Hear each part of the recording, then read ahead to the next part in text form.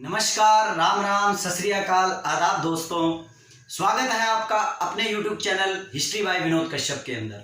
दोस्तों, जैसा कि आप जानते हो, इससे पहले हमने कृषि पर्यवेक्षक के एक टॉपिक राव जोधा के बारे में पढ़ा था और आज हम पढ़ने वाले हैं दोस्तों मालदेव, राव मालदेव अर्थात मारवाड़ के शासक राव मालदेव के बारे में आज हम इस वीडियो के अंदर चर्चा करेंगे कि मालदेव, वो मालदेव जब वो मरा तो मरने के बाद कहते हैं कि मालदेव के बारे में कि मालदेव ने 4 गलतियां, जब उसे आंगन में लेटाया गया था तो मरते वक्त मालदेव ने अपनी 4 गलतियां बताई थी।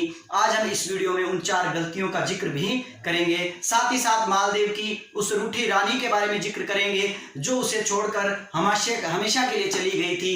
साथ ही साथ उसकी दोनों पुत्रियों के बारे में जिक्र करेंगे जिनका विवाह जो था वो क्या था कि अपने ही राजवंश के अंदर अर्थात राजपूतों में न कर अन्य मुगलों के या कह सकते हैं कि अफगानों के राजवंशों में विवाह कर दिया गया था। हम उन सब के बारे में जिक्र करेंगे। तो चलिए दोस्तों, देर न करते हुए हम वीडियो शुरू करते हैं। लेकिन उससे पहले मेरी आप लोगों से एक छोटी सी अपील कि जिन बच्चों ने मेरे चैनल को सब्सक्राइब नहीं किया है वो मेरे चैनल को सब्सक्राइब कर लें और साथ ही साथ बेल आइकन को दबा दें ताकि मेरे आने वाले न्यू वीडियोस के नोटिफिकेशन जो है वो आपको मिलते रहे। तो चलिए दोस्तों, हम बात कर रहे हैं राव मालदेव के बारे में, मारवाड़ के शासक राव मालदेव के बारे में, जिसका 1531 के अंदर राज्याभिषेक हुआ और जो 1562 तक मारवाड़ का क्या बना, शासक बनकर रहा। लेकिन सबसे पहले दोस्तों, राव मालदेव के बारे में बात करने से पहले मैं इनके पिता के बारे में आपको थोड़ा सा जानकारी दे देता हूं कि राव मालदेव के पिता का नाम क्या था, राव गांगा था। राव गांगा वो व्यक्ति थे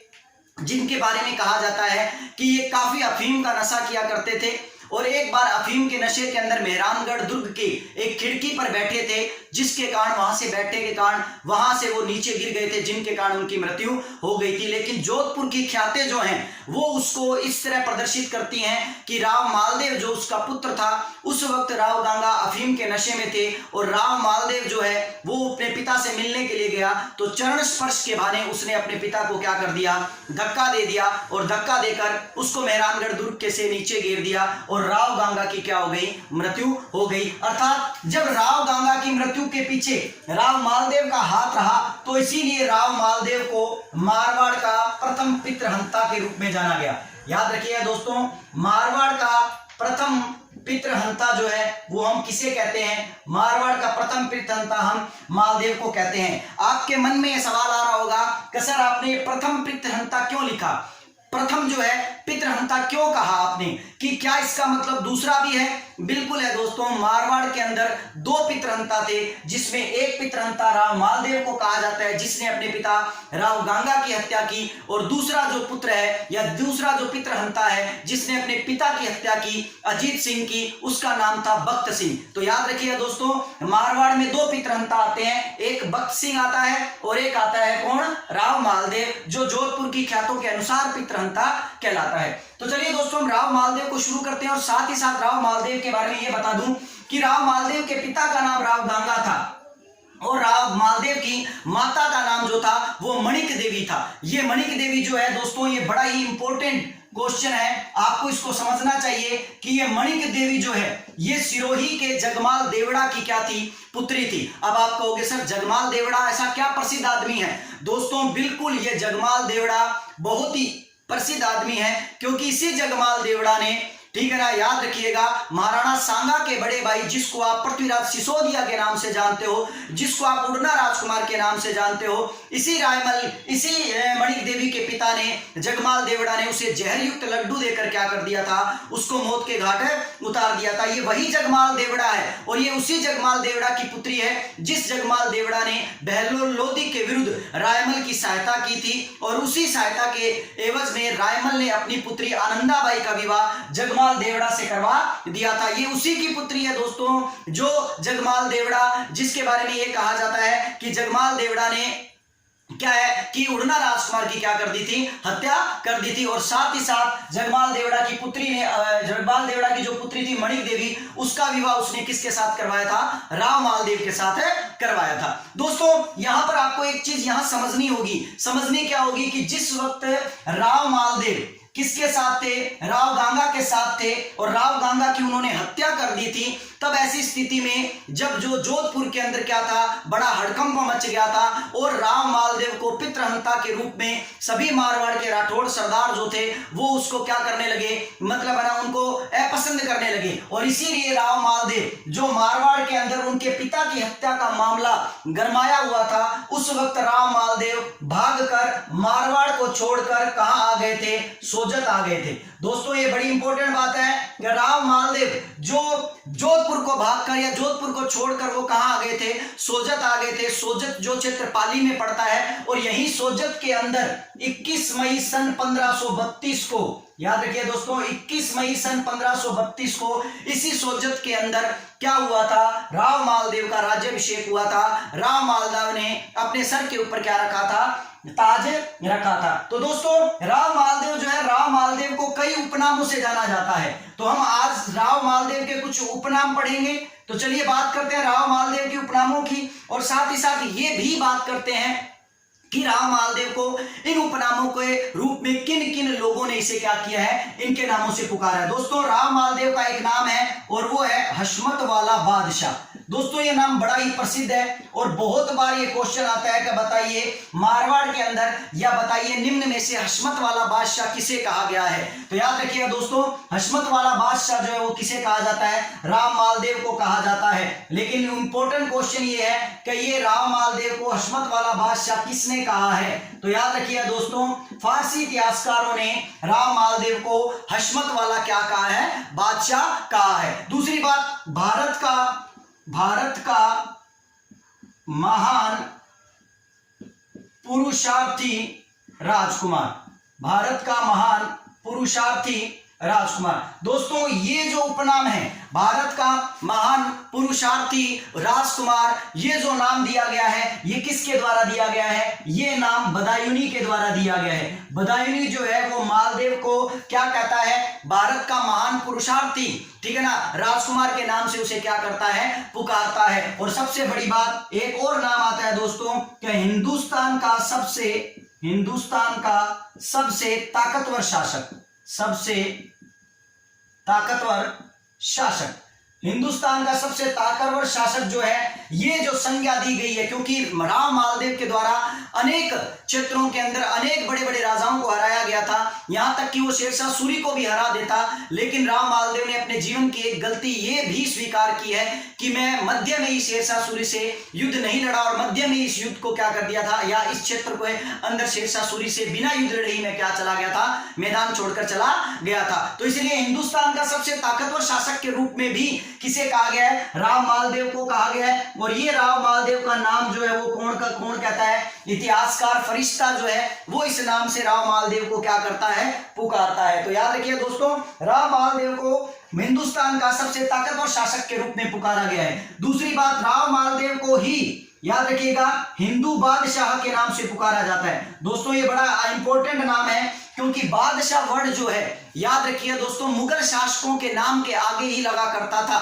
लेकिन यहां पर याद रखिएगा हिंदू के साथ साथ किस उपाधि का इस्तेमाल किया गया है? बादशाह उपाधि का इस्तेमाल किया गया है। इसीलिए राव मालदेव इंपॉर्टेंट शासक हो जाते हैं कि उन्हें हिंदू बादशाह के नाम से क्या किया गया है? जाना गया है। और सबसे इंपॉर्टेंट नाम 52 युद्धों का विजेता। दोस्तों याद रखिएगा कि 52 युद्धों का विजेता किस शासक को कहा जाता है? 52 युद्धों का विजेता जो है वो किसे कहा गया है? राव मालदेव को कहा गया है। राव मालदेव के बारे में दोस्तों ये तो उनके उपनाम थे और उनकी माता पिता के बारे में थे और सोजत पाली के अंदर उनका क्या किया गया? राज्याभिषेक किया गया। अब राव मालदेव जो है जब गद्दी पर बैठे तो राव मालदेव ने सबसे पहला अभियान अपने विजय पताका जो है, या ये कह सकते हैं कि अपनी उपलब्धियों के बारे में आगे बढ़ते हुए सबसे पहला अभियान उन्होंने कहाँ किया, उसके बारे में हम बात करते हैं। जो राव मालदेव जो जोधपुर ख्यातों के अंदर पितृहंता के नाम से भी क्या किया जाता है? जाना जाता है। चलिए दोस्तों, राव मालदेव के हम पहले अभियान के बारे में जानते हैं कि राव मालदेव का प्रथम अभियान कौन सा था। तो दोस्तों सबसे पहले राव मालदेव की एक इंपॉर्टेंट बात आपको यहां बता दूं कि यहां पर आपको ये समझना होगा कि कई बार ये क्वेश्चन आ जाता है लेकिन इस क्वेश्चन को हम ढंग से समझ नहीं पाते हैं। क्वेश्चन क्या आता है, आप देखिए दोस्तों, ये 1531 में गद्दी पर बैठा है। कुछ जगह पर 1532 भी बता दिया जाता है, क्योंकि इसका राज्यारोहण जो है वो कब हुआ था, 1532 के अंदर हुआ था। लेकिन चाहे 31 हो चाहे 32 हो दोस्तों, लेकिन आपको ये समझना पड़ेगा कि ये उस वक्त कभी भी शासक नहीं था जिस वक्त खानवा का युद्ध लड़ा गया।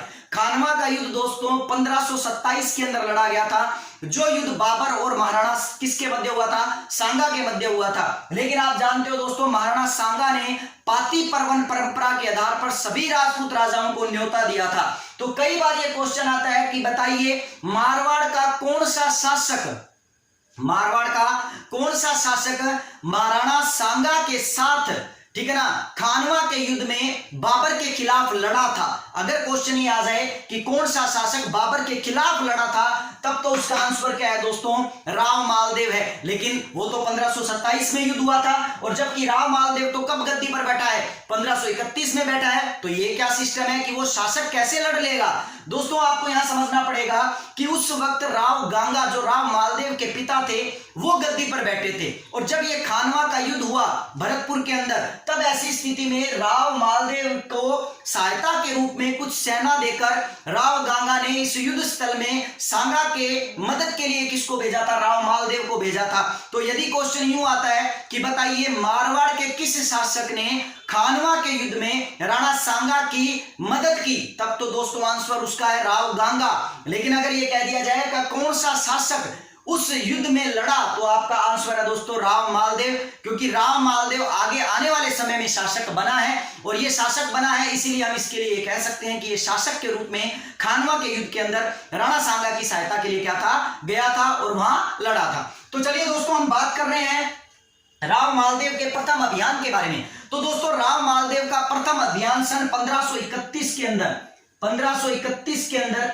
भद्राजुण पर हुआ था। जो भद्राजुण जो है दोस्तों, ये भद्राजुण की पहाड़ियां जो दोस्तों, ये सिवाना बाड़मेर के अंदर पड़ती है दोस्तों। भद्राजुण जो है, भद्राजुण पर इसका सबसे पहला आक्रमण हुआ था 1531 में। और यहाँ का जो शासक था जिसका नाम था स्वामी वीरा, और स्वामी वीरा का युद्ध हुआ किसके साथ है, मालदेव के साथ। और मालदेव ने स्वामी वीरा पर आक्रमण कर कर भद्राजुण को 1531 के अंदर क्या कर लिया, जीत लिया। और इस तरह इस युद्ध में, पहले युद्ध के अंदर, पहले अभियान में किसको सफलता प्राप्त हुई, मालदेव को सफलता प्राप्त हुई। और उसके बाद मालदेव ने भद्राजुण का शासन जो है वो अपने पुत्र किसको दे दिया, रतन सिंह को प्रदान कर दिया। और इस तरह मालदेव का राज्य विस्तार के अंदर पहला अभियान सफल हुआ, और राज्य विस्तार के रूप में वो किस क्षेत्र को जीत चुका था, भद्राजुण को क्या कर चुका था, जीत चुका था। दोस्तों नेक्स्ट सेकंड अभियान की तरफ चलते हैं। उससे पहले यदि आप इसका स्क्रीनशॉट लेना चाहें तो दोस्तों ले लीजिए,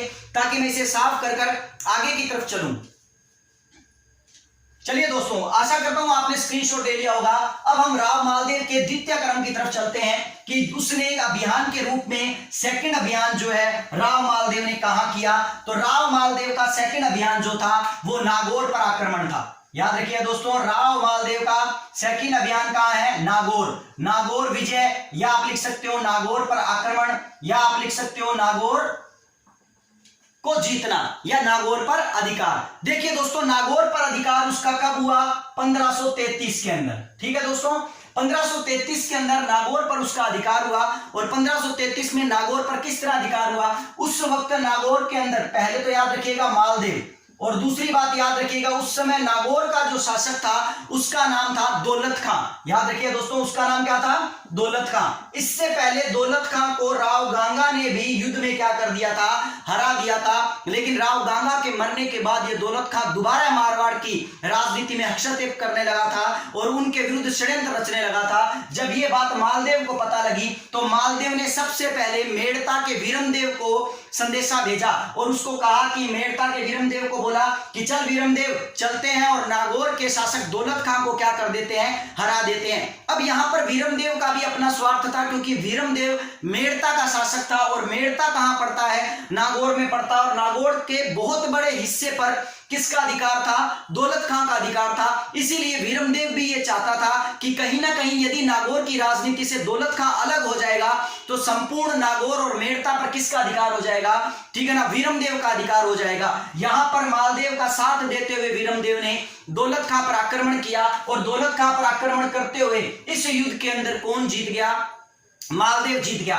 दोस्तों 1533 में हुए इस युद्ध को किसका नाम दिया जाता है? हीराबाड़ी का युद्ध कहा जाता है। याद रखिए दोस्तों, इसे क्या कहा जाता है? हीराबाड़ी का युद्ध। क्यों कहा जाता है? क्योंकि ये हीराबाड़ी नामक स्थान जो है, यहां पर ये युद्ध लड़ा गया था और ये स्थान राजस्थान के नागौर क्षेत्र के अंदर पड़ता है। और आपको ये भी याद रखना पड़ेगा दोस्तों, जिस वक्त नागौर को उसने जीत लिया था, तो नागौर को जीतने के बाद नागौर का शासन जो था, मालदेव ने वीर, याद रखिए दोस्तों, नागौर का शासन बोल सकते हैं, इसका प्रशासक बोल सकते हैं, ठीक है ना। तो मांगलियात को पकड़ा दिया था, मांगलियोत, ठीक है ना। वीर मांगलियोत या मांगलियात, वीर मांगलियोत या वीर मांगलियात को क्या कर दिया था? पकड़ा दिया था। जिस तरह इससे पहले मैंने आपको बताया कि भद्राजुन को जीतकर मालदेव ने अपने पुत्र रतन सिंह को दिया था, उसी तरह नागौर को जीतकर उसने नागौर का प्रशासक जो है वो किसे नियुक्त कर दिया? वीर मांगलियात को नियुक्त कर दिया। यहां से मेड़ता के वीरमदेव की जो कामनाएं थी, जो इच्छाएं थी और जो वो सोच रहा था, वो पूरा नहीं हो पाया। लेकिन दोस्तों यहां पर आपको एक और कारण समझना पड़ेगा कि थर्ड अभियान जब हम पढ़ते हैं तो मालदेव का थर्ड अभियान ही वीरमदेव के विरुद्ध हो जाता है। और वो थर्ड अभियान जो है वो किसके विरुद्ध होता है? मेड़ता व अजमेर के विरुद्ध। तो हम यहां पढ़ेंगे मालदेव की मेड़ता व अजमेर विजय के बारे में। लेकिन मैं आपको यहां बता दूं, आप सोचोगे कि वो वीरमदेव जो मालदेव का साथी था, तो मालदेव ने वीरमदेव पर ही क्यों आक्रमण कर दिया?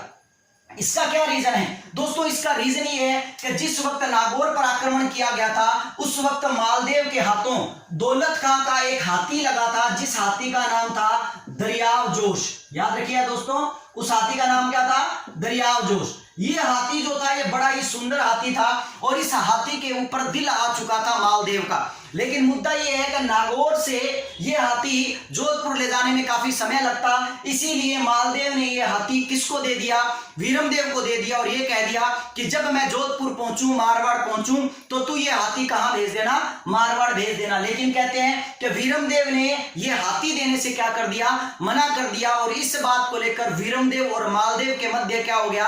तनातनी हो गई। और यही रीजन था जिसके कारण इन दोनों के मध्य एक कटुता भरे भाव हो गए। लेकिन दोस्तों जहां तक हम ये मानते हैं कि छोटे से हाथी को लेकर मालदेव जैसा आदमी जो है वो आक्रमण नहीं कर सकता, और ना ही वीरमदेव जैसा आदमी इससे क्या हो सकता है, मतलब ना आक्रमण करने के लिए आगे आ सकता है, तो इसका कोई ना कोई और कारण रहा होगा, बिल्कुल रहा होगा दोस्तों। और वो कारण था अजमेर। हुआ ये कि जिस वक्त दौलत खां को हराने के बाद वीर मांगलियोत को या वीर मांगलियात को क्या किया था? मेड़ता नागौर का क्षेत्र दे दिया था। तो मेड़ता से वीरमदेव ने क्या किया? अपनी एक सेना ली और सेना लेकर अजमेर पर अधिकार कर लिया। ये बात मालदेव को पता लगी, तो मालदेव ने मेड़ता के वीरमदेव को कहा कि चल कोई बात नहीं, तू मुझे हाथी नहीं देता ना सही, लेकिन तू मुझे अजमेर का शासन क्या कर दे? प्रदान कर दे, और मैं अजमेर के क्षेत्र में किसी और को क्या करूंगा? प्रशासक नियुक्त कर दूंगा। लेकिन मेड़ता के वीरमदेव ने वहां का शासन देने से मना कर दिया, अजमेर देने से मना कर दिया। तो आप समझ सकते हो दोस्तों कि वीरमदेव के मध्य और मालदेव के मध्य युद्ध होना क्या हो गया? स्वाभाविक हो गया। और इसीलिए मालदेव ने एक बड़ी सेना लेकर वीरमदेव पर क्या कर दी? चढ़ाई कर दी, या मेड़ता पर क्या कर दी? चढ़ाई कर दी। तो आपको ये समझना पड़ेगा, इस युद्ध के अंदर मालदेव क्या हो गया? जीत गया, और वीरमदेव जो है वो इस युद्ध के अंदर हार गया। हालांकि वीरमदेव इस युद्ध में हारने के बाद कई राजाओं के पास भागा, लेकिन उसके बावजूद भी वीरमदेव मालदेव के विरुद्ध खड़ा नहीं हो सका। इसलिए अंततः वीरमदेव भागकर किसकी शरण में चला गया?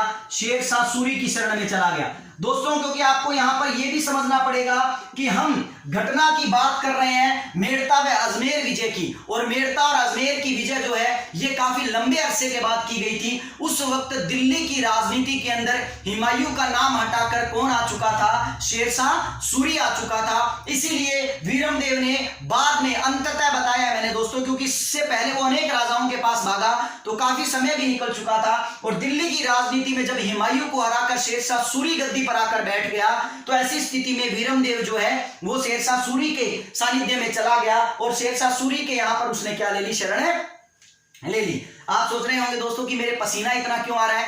क्योंकि मैं जहां वीडियो बनाता हूं वहां पंखा नहीं चलाता और इसी कारण से काफी पसीना आ रहा है दोस्तों मेरे। लेकिन कोई दिक्कत नहीं है, आप इस चीज को लिखना चाहें तो लिख सकते हैं और साथ ही साथ इसका स्क्रीनशॉट लेना चाहें तो स्क्रीनशॉट ले सकते हैं। तो चलिए दोस्तों हम बात करेंगे यहाँ पर भीरमदेव अब किसकी शरण में चला जाएगा, शेरशाह सूरी की शरण में चला जाएगा। नेक्स्ट अभियान हम बात करेंगे मालदेव का और वो अभियान होगा दोस्तों सिवाना पर आक्रमण या सिवाना पर अधिकार। दोस्तों सिवाना जो है वो कहां पड़ता है, बाड़मेर के अंदर। याद रखिएगा सिवाना दुर्ग भी जो है वो कहां पड़ता है, बाड़मेर के अंदर। और सिवाना विजय जो है वो कैसे है, देखिए दोस्तों मालदेव जो है मालदेव सिवाना के शासक पर आक्रमण करेगा जिसका नाम था राणा या राजन डूंगर जी। राणा या राजन डूंगर जी, राजन डूंगर जी और राणा या डूंगर जी के मध्य और मालदेव के मध्य आपस के अंदर तनातनी क्यों हुई, इसका एक क्या रीजन था कि मालदेव ने सिवाना पर आक्रमण किया। ये रीजन भी दोस्तों इस नागौर युद्ध से जुड़ा हुआ है, नागौर विजय से जुड़ा हुआ है। कैसे कि जब मालदेव दौलत खां से लड़ने के लिए जा रहा था तो मालदेव ने केवल भीरमदेव को ही आमंत्रित नहीं किया था कि तू आ और आकर क्या कर, मेरे साथ मिल और मेरे साथ मिलकर क्या कर, मेरे को ना आगे ना मदद कर। कहते हैं उस नागौर युद्ध के अंदर और मेड़ता पर जब उसने आक्रमण किया था भीरमदेव के खिलाफ, तो ऐसी स्थिति में उसने सिवाना के शासक डूंगर जी को क्या कहा था, अपनी तरफ मदद के लिए बुलवाया था। लेकिन कहते हैं कि राजन डूंगर जी ने न तो नागौर के युद्ध में और न ही मेड़ता के भीरमदेव के साथ जब मालदेव का युद्ध हुआ तो उन दोनों युद्धों में उसने किसकी मदद नहीं की, मालदेव की मदद नहीं की। और मालदेव इस बात से नाराज हो गया और मालदेव ने सिवाना पर चढ़ाई कर दी और सिवाना पर चढ़ाई कर राजन डूंगर जी को हरा दिया। और इस तरह उसने अपने क्षेत्र के अंदर कौन सा क्षेत्र मिला लिया, सिवाना का क्षेत्र भी क्या कर लिया, मिला लिया। अब दोस्तों जब राजा इस कदर आगे बढ़ता रहता है तो कहते हैं कि उनकी महत्वाकांक्षाएं भी क्या हो जाती हैं, बढ़ जाती हैं। और अब मालदेव की महत्वाकांक्षाएं बढ़ गई थी और वो सिवाना तक पहुंच चुका था। तो सिवाना के बाद अब वो किसको जीतने वाला था, जालोर को जीतने वाला था। और जालोर को जीतने के लिए उसने जालोर पर अभियान करना क्या कर दिया, शुरू कर दिया। और जालोर पर वो एक बड़ी सेना लेकर गया। कहते हैं कि जिस वक्त मालदेव ने जालोर पर आक्रमण किया था, मालदेव वर्सेस, उस वक्त जालोर का शासक जो था वो कौन था, सिकंदर खान था। और कहते हैं कि इस युद्ध के अंदर सिकंदर खान जो है वो हार गया और जालोर पर किसका अधिकार हो गया, मालदेव का अधिकार हो गया। और मालदेव ने जालोर दुर्ग के अंदर ही सिकंदर खान को क्या कर दिया, कैद कर लिया। और जालोर दुर्ग के अंदर कैद खाने के अंदर ही कुछ समय बाद किसकी मृत्यु हो गई, सिकंदर खान की क्या हो गई, मृत्यु हो गई। तो दोस्तों इस तरह ये जो था, ये क्या था, मालदेव का विजय अभियान था। मालदेव ने अपने शुरुआती दिनों में इन सभी क्षेत्रों को जीतकर मारवाड़ का साम्राज्य जो था बड़ा ही बड़ा, मतलब अपने कह सकते हैं व्यापक रूप से फैला दिया था, अपने साम्राज्य को क्या कर लिया था, बड़ा कर लिया था। यहां तक कि दोस्तों आपको एक चीज और यहां बताना चाहूंगा, इन विजयों में, इन उपलब्धियों में एक उपलब्धि और आती है मालदेव की, और वो उपलब्धि दोस्तों मेवाड़ को लेकर है। आप कहोगे मेवाड़ को लेकर मालदेव की क्या उपलब्धि है। दोस्तों यदि हम मुणोत नैण सिंह के द्वारा लिखी गई नैण सिरी ख्यात पढ़ते हैं और श्यामल दास के द्वारा लिखा गया ग्रंथ वीर विनोद पढ़ते हैं, तो दोनों ग्रंथों को पढ़ने पर हम ये पाते हैं कि इन दोनों ग्रंथों के अनुसार मालदेव ने ही उदय सिंह को, वो उदय सिंह जो कि पन्नाध्याय ने जिस उदय सिंह को बचाया था बनवीर के खिलाफ, उसी उदय सिंह को मालदेव ने बनवीर के खिलाफ क्या की थी, सहायता की थी। और उदय सिंह का शासन जो है बनवीर को से मालदेव ने ही दिलवाया था, अर्थात उसकी शासन को दिलवाने में मालदेव ने ही किसकी मदद की थी, उदय सिंह की मदद की थी। ऐसा हमें कहां लिखा हुआ मिलता है, जो नैण सिरी ख्यात में और वीर विनोद के अंदर मिलता है। अर्थात इसका मतलब हम कह सकते हैं कि मालदेव ने ही उदय सिंह को मेवाड़ का शासन दिलाने में क्या की थी, मदद की थी। लेकिन दोस्तों मेवाड़ का शासन दिलाने में यदि मालदेव ने मदद की है तो इसका एक अर्थ होता है कि मेवाड़ और मारवाड़ के मध्य तो अच्छी दोस्ती होनी चाहिए, मेवाड़ और मारवाड़ के मध्य अच्छे संबंध होने चाहिए। लेकिन सबसे बड़ी बात है दोस्तों कि मेवाड़ और मारवाड़ के मध्य संबंध नहीं थे अच्छे, बल्कि इन दोनों के मध्य आपसी दुश्मनी हो गई थी, वैमनस्य हो गया था। आपस के मध्य एक दूसरे से क्या कर रहे थे, टकरा रहे थे। और ये क्यों टकरा रहे थे हम इसके आगे के चैप्टर में पढ़ते हैं। आप इसका स्क्रीनशॉट लेना चाहें तो ले सकते हैं। चलिए दोस्तों हम बात करेंगे करेंगे अब मालदेव के साथ किसकी मतलब है ना कटुता के कारणों की, ठीक है ना, मेवाड़ के उदय सिंह के, महाराणा उदय सिंह के कटुता के कारणों के बारे में हम जिक्र करेंगे। तो चलिए दोस्तों, हम आज संबंधों के बारे में पढ़ रहे हैं। किन के संबंधों के बारे में? मारवाड़ वर्सेस मेवाड़। और आप जानते हो कि मारवाड़ का शासक कौन था दोस्तों? मारवाड़ का शासक था मालदेव, ठीक है, और मेवाड़ का शासक जो था वो कौन था? महाराणा उदय सिंह, जो कि महाराणा प्रताप के पिता भी थे। ठीक है दोस्तों, अब बात आती है कि जब मालदेव ने उदय सिंह को सहायता प्रदान की तो दोनों के मध्य तो दोस्ती होनी चाहिए, लेकिन दोनों के मध्य दुश्मनी क्यों हो गई? उसका एक कारण है दोस्तों, छोटी सी कहानी बताता हूं। कहते हैं ना कि प्राचीन काल से लेकर अब तक यदि लड़ाई के कारण रहे हैं तो जर जोरू और जमीन रहे हैं, ठीक है ना, लेकिन यहां भी यही कारण था दोस्तों। वो कारण क्या था? जिस वक्त उदय सिंह को पन्नाध्याय बचा रही थी और विक्रमादित्य को बनवीर मार चुका था, उस वक्त मेवाड़ का संपूर्ण क्षेत्र जो था वो किसके अधिकार में आ गया था? बनवीर के हाथ में। और बनवीर जो है वो मेवाड़ के सिसोदिया राजपूतों के ऊपर या सिसोदिया सरदारों के ऊपर कहर बरपा रहा था और उनको क्या कर रहा था? गद्दी से हटाता जा रहा था और उनका जीना भी दुश्वार हो चुका था। और यही रीजन था जिसके कारण क्या हुआ कि उदय सिंह का एक सामंत था, अर्थात हम ये कह सकते हैं कि मेवाड़ का एक सामंत था जिसका नाम क्या था? जेत्र सिंह। जेत्र सिंह को लगा कि अब कोई बालक तो जीवित है नहीं, क्योंकि उदय सिंह के बारे में तो खुलासा बाद में हुआ था कि उदय सिंह जो है वो राणा सांगा का पुत्र है और अभी जीवित है और क्या है? मेवाड़ का मुख्य शासक है। उस वक्त जेत्र सिंह ने सोचा कि अब मेवाड़ में रहना उचित नहीं है, क्यों ना अब मुझे क्या करना चाहिए? मेवाड़ छोड़ देना चाहिए और मेवाड़ छोड़कर कहां आ जाना चाहिए? मारवाड़ आ जाना चाहिए। तो इस जेत्र सिंह की दो पुत्रियां थी दोस्तों। इस जेत्र सिंह की क्या थी? दो पुत्रियां थी। उन पुत्रियों में बड़ी पुत्री जो थी, उस बड़ी पुत्री का नाम था स्वरूप दे। याद रखिए दोस्तों, उस बड़ी पुत्री का नाम क्या था? स्वरूप दे। तो जेत्र सिंह ने सोचा कि मारवाड़ जाऊंगा तो क्या मुंह लेकर जाऊंगा, इसीलिए जेत्र सिंह ने मारवाड़ के शासक मालदेव के यहां पर आने का निश्चय कर लिया। लेकिन साथ ही साथ उसने इन दोनों पुत्रियों में बड़ी पुत्री स्वरूप दे का विवाह किसके साथ करने का निश्चय कर लिया? मालदेव के साथ। तो दोस्तों इस तरह जेत्र सिंह ने अपनी बड़ी पुत्री का विवाह किसके साथ करवा दिया? मालदेव के साथ करवा दिया। और स्वरूप दे जितनी सुंदर थी उतनी ही स्वरूप दे की छोटी बहन भी सुंदर थी, वो भी अत्यधिक सुंदर थी। तो कहते हैं कि मालदेव स्वरूप दे से विवाह करने के कुछ समय बाद जब दोबारा मेवाड़ के अंदर उदय सिंह ने शासन प्राप्त कर लिया, तो ऐसी स्थिति में जेत्र सिंह के मन में आया कि यार अब मैं मारवाड़ नहीं रहूंगा, अब मैं मेरे पैतृक मकान में जाऊंगा, पैतृक क्षेत्र में जाऊंगा, जहां पर उदय सिंह जो राणा सांगा का पुत्र है वो दोबारा गद्दी पर आकर बैठ चुका है। लेकिन जेत्र सिंह के मन में आया कि मैं क्या मुंह लेकर जाऊंगा कि मैंने पहले मेवाड़ को छोड़ दिया था और अब मैं मारवाड़ में आ गया हूं। तो ऐसी स्थिति में जेत्र सिंह अपनी दूसरी बेटी का विवाह किससे करना तय कर लेते हैं? उदय सिंह से करना तय कर लेते हैं। लेकिन मालदेव यहां पर कुछ और ही सोचा बैठा होता है। मालदेव कहता है कि भैया साली आदि घरवाली, ठीक है ना, तो अगर स्वरूप दे की अगर कोई छोटी बहन है और वो भी अत्यधिक सुंदर है तो उसका विवाह भी मेरे साथ होना चाहिए। तो मालदेव जेत्र सिंह पर यह दबाव बनाने लगा कि छोटी बेटी का विवाह भी उसके साथ करवाए। लेकिन जेत्र सिंह ने उसका विवाह जो है वो किसके साथ करवा दिया? उदय सिंह के साथ करवा दिया। और इस बात को लेकर मालदेव और उदय सिंह के मध्य क्या हो गया? वैमनस्य पैदा हो गया, आपस के अंदर क्या हो गया? तनातनी पैदा हो गई। तो दोस्तों एक कारण तो यह था जिसके कारण उदय सिंह और मालदेव के मध्य क्या हुई? तनातनी हुई। दूसरा कारण आपको बता देता हूं दोस्तों क्या हुआ। कहते हैं कि उदय सिंह जिस वक्त गद्दी पर बैठा था उस वक्त क्या हुआ? उदय सिंह के गद्दी पर बैठने के बाद अजमेर का एक सूबेदार था दोस्तों, याद रखिएगा क्या था? अजमेर का एक सूबेदार था जिसका नाम था हाजी खां।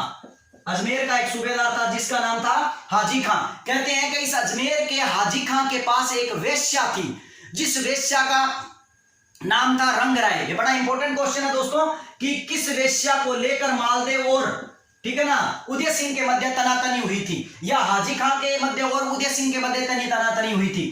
दोस्तों रंगराय नामक जो वेश्या थी ये बड़ी ही सुंदर थी और नृत्य गान के अंदर बड़ी ही क्या थी? दक्ष थी। तो कहते हैं कि अजमेर के हाजी खां को उदय सिंह ने संदेशा भिजवाया और कहा कि इस रंगराय जैसी महिला का या इस रंगराय जैसी नर्तकी का मेरे दरबार में होना जरूरी है, इसलिए तू ये मुझे सौंप दे। लेकिन हाजी खां ने रंगराय को देने से क्या कर दिया?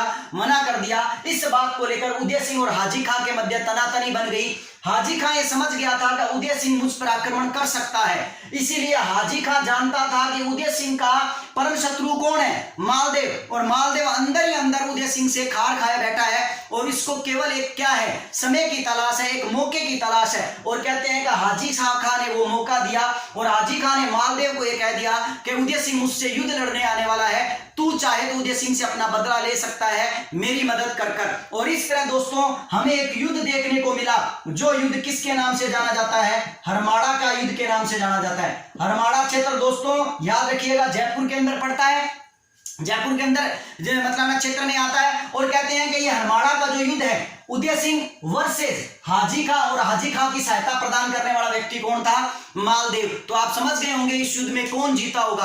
हाँ जी दोस्तों, इस युद्ध में राव मालदेव जीता, हाजी खां जीता और उदय सिंह की हार हुई और उदय सिंह वापिस आ गया। और कहते हैं उदय सिंह भाग कर कहां आ गया, कुंभलगढ़ दुर्ग आ गया और कुंभलगढ़ दुर्ग की ऊंचाइयों पर चढ़ गया। मालदेव ने उदय सिंह का पीछा किया और कहते हैं कि कुंभलगढ़ दुर्ग पर भी आक्रमण किया।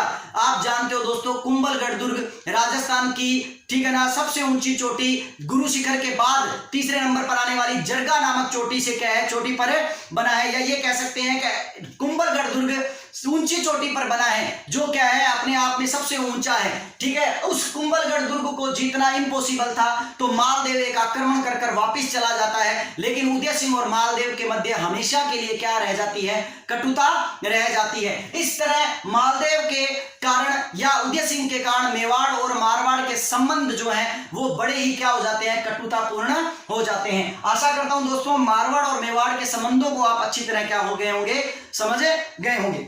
चलिए दोस्तों इसी तरह हम बात करते हैं मालदेव का मेवाड़ के साथ साथ मालदेव का किसके साथ संबंध, बीकानेर के संबंध, बीकानेर के साथ संबंध। दोस्तों हमने हमारे पिछले वीडियो में राव जोधा के बारे में पढ़ा था, जब मैंने आपको यह बताया था कि राव जोधा के पांचवें पुत्र या राव जोधा का ही पुत्र, ठीक है ना, राव बीका, जिसने बीकानेर नगर की क्या की थी, स्थापना की थी 1488 के अंदर। इन दोनों क्षेत्रों के अंदर राठौड़ रह रहे थे, अर्थात मारवाड़ के राठौड़ और बीकानेर के राठौड़ आपस में क्या थे, भाई थे। लेकिन यहां पर मालदेव ने इस भाईपन को छोड़कर एक शासक की तरह काम किया और अपने भाइयों के शासन के ऊपर ही क्या कर दिया, आक्रमण कर दिया। ये आक्रमण जो है दोस्तों मारवाड़ और बीकानेर के मध्य हुआ।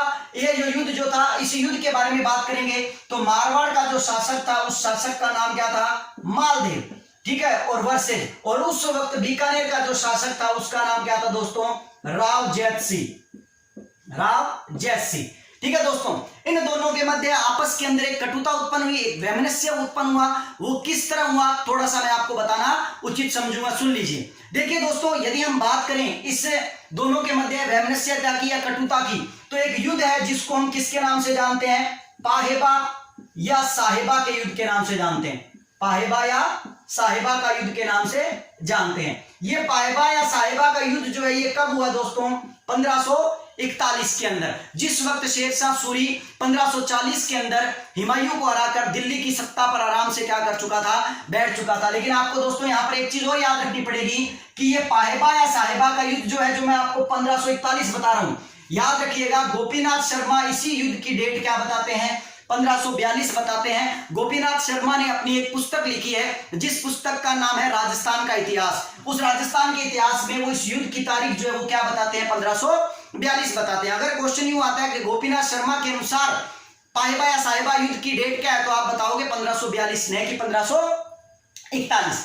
दोस्तों देखो बीकानेर पर किस तरह आक्रमण किया मालदेव ने राव जैत सिंह के समय। कहते हैं कि मालदेव जो है वो बीकानेर के राव जैत सिंह पर आक्रमण करना चाहता था। राव जैत सिंह को इस बात का पता लग गया था, इसीलिए राव जैत सिंह ने अपने परिवार को सिरसा भेज दिया था ताकि अगर मालदेव का आक्रमण हो तो उसका परिवार सुरक्षित रहे। और इधर से राव जैत सिंह ने अपने एक मंत्री को, नाम नागराज था दोस्तों, जिसका नाम क्या था, नागराज था, ठीक है, अपने एक मंत्री को जिसका नाम नागराज था उस नागराज नामक मंत्री को क्या किया, भेज दिया। और नागराज नामक मंत्री को किसके पास भेजा, शेरशाह सूरी के पास भेजा मदद के लिए कि भी आप हमारी क्या कर दीजिएगा, मदद कर दीजिएगा। और इस तरह राव जैत सिंह जो है वो मंत्री नागराज को शेरशाह सूरी के पास भेजता है, लेकिन कहते हैं कि समय पर शेरशाह सूरी राव जैत सिंह की मदद नहीं कर पाता है। और मालदेव के इस युद्ध का संचालन जो है वो कौन करते हैं, जेता व कुंपा, जो कि मालदेव के मुख्य क्या होते हैं, सेनापति होते हैं दोस्तों।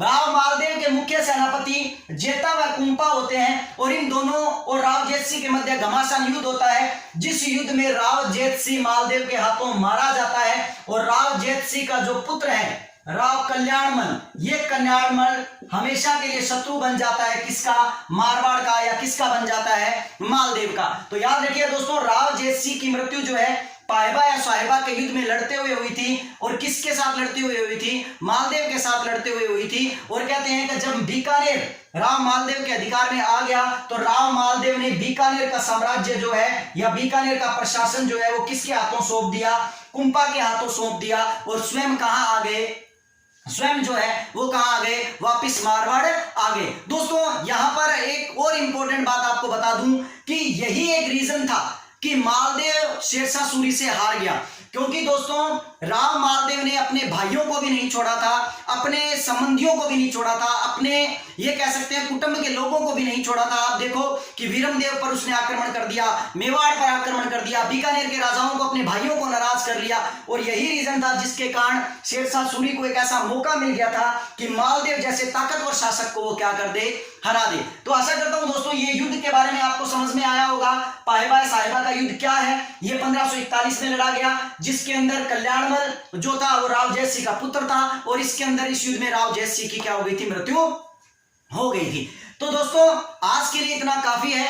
बाकी की जानकारी मालदेव के बारे में मैं नेक्स्ट वीडियो में डालूंगा। सेकंड पार्ट इसका देखना न भूलें, इस सेकंड पार्ट को जरूर देखिएगा ताकि राव मालदेव को आप अच्छी तरह क्या कर लें, समझ लें। आशा करता हूं ये वीडियो आपको बहुत अच्छा लगेगा, और ये लगे तो आप मेरे वीडियो को लाइक जरूर करें दोस्तों, और अपने दोस्तों के अंदर शेयर भी जरूर करें। धन्यवाद दोस्तों।